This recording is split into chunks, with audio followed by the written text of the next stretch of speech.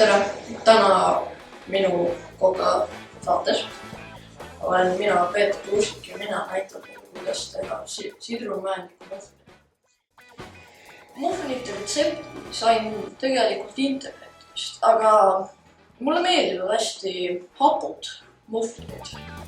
Nii et nagu ma plaanisin alguses teha vaaritusmuffineid, aga ma ei leidnud korralikku retsepti ja ma leidsin ühe sidrunmuffini retsepti. Ja ma märkasin, et sidrunit mul pole.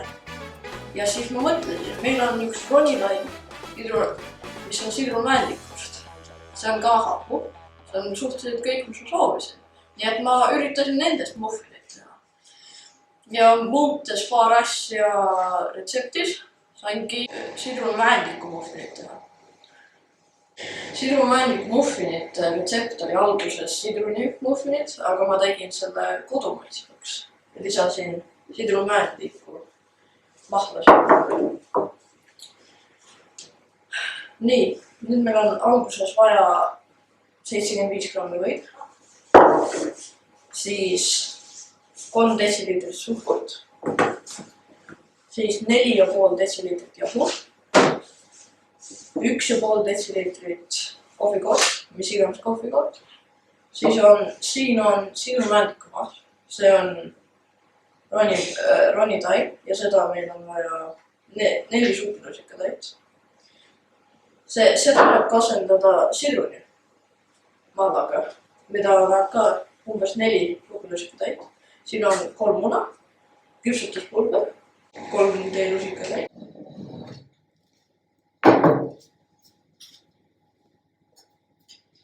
Nüüd lööme 3 muna sisse suurde kaussi.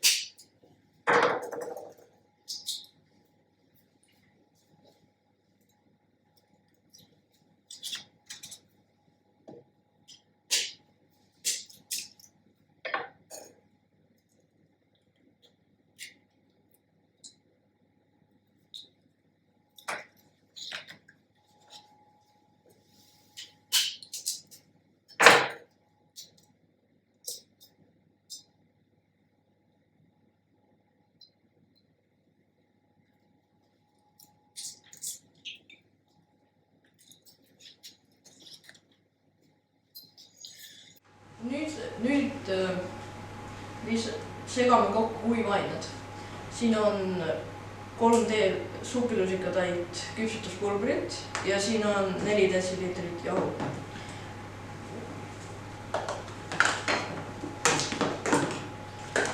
Pole kaua vaja segada, nii et see on suhteliselt valmis. Ja nüüd me peame üles vaatama või.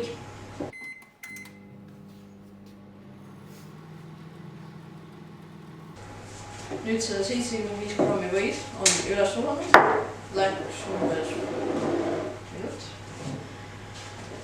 Nüüd me peame ootama, kuni või ära jahtub, kuna kui kuum või ja munad lähevad kokku, siis munad lähevad krimpi. Nii et liigume edasi siis suhkru ja munade mahustamisega.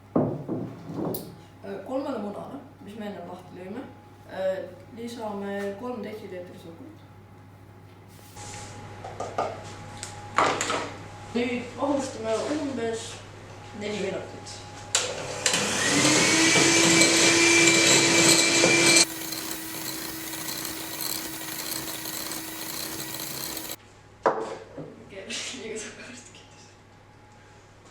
Nüüd, kui juhtub siuke sama probleem, mis mul on, et kork ei tule lahti üldse, et see on nagu kinni läinud, siis panete noa siia alla ja üritate saada nii palju lahti, et see õhk välja tuleks.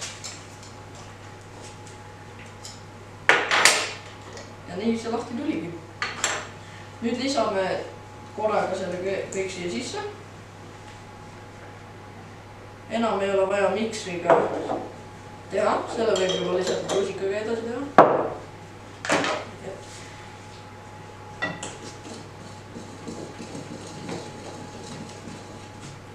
Seda ei tohi palju ja hästi kiiresti segada, kuna muidu sa põhimõtteliselt vahustad seda edasi, mida ei ole vaja.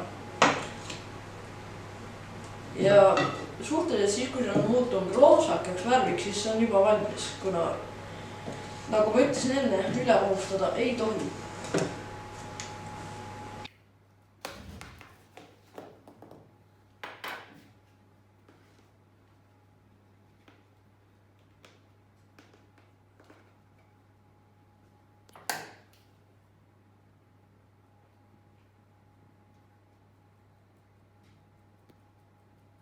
Lisame kohvikoore, seguule. Selle võib ühe korraga panna, teeb kõik sisse. Seda on meil 1,5 detsiliitrit.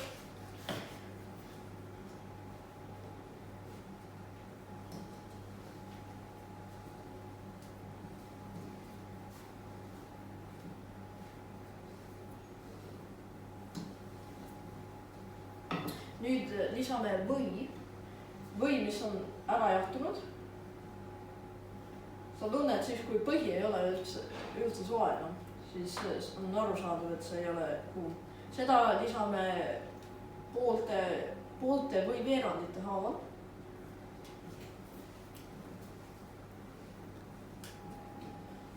Soovitav on samal ajal segada siis, kui sa valad, kuna siis see seguneb kõik siia sisse.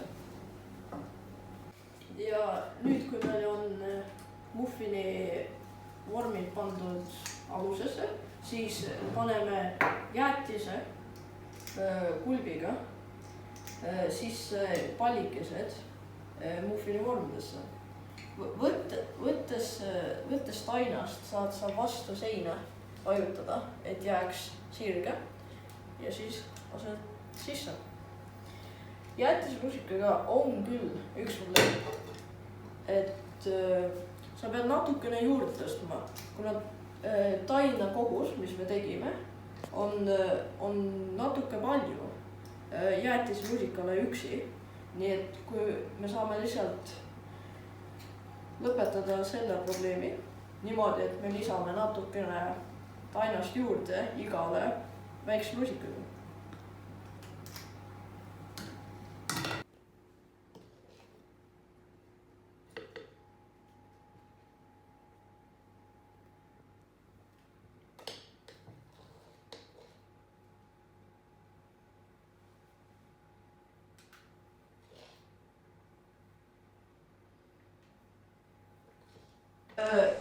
Muffinid küpsevad 20 minutit. Algselt retsept ütles, et need küpsevad 15 minutit, aga ma tehes neid muffinaid märkasin, et läheb natuke kauem.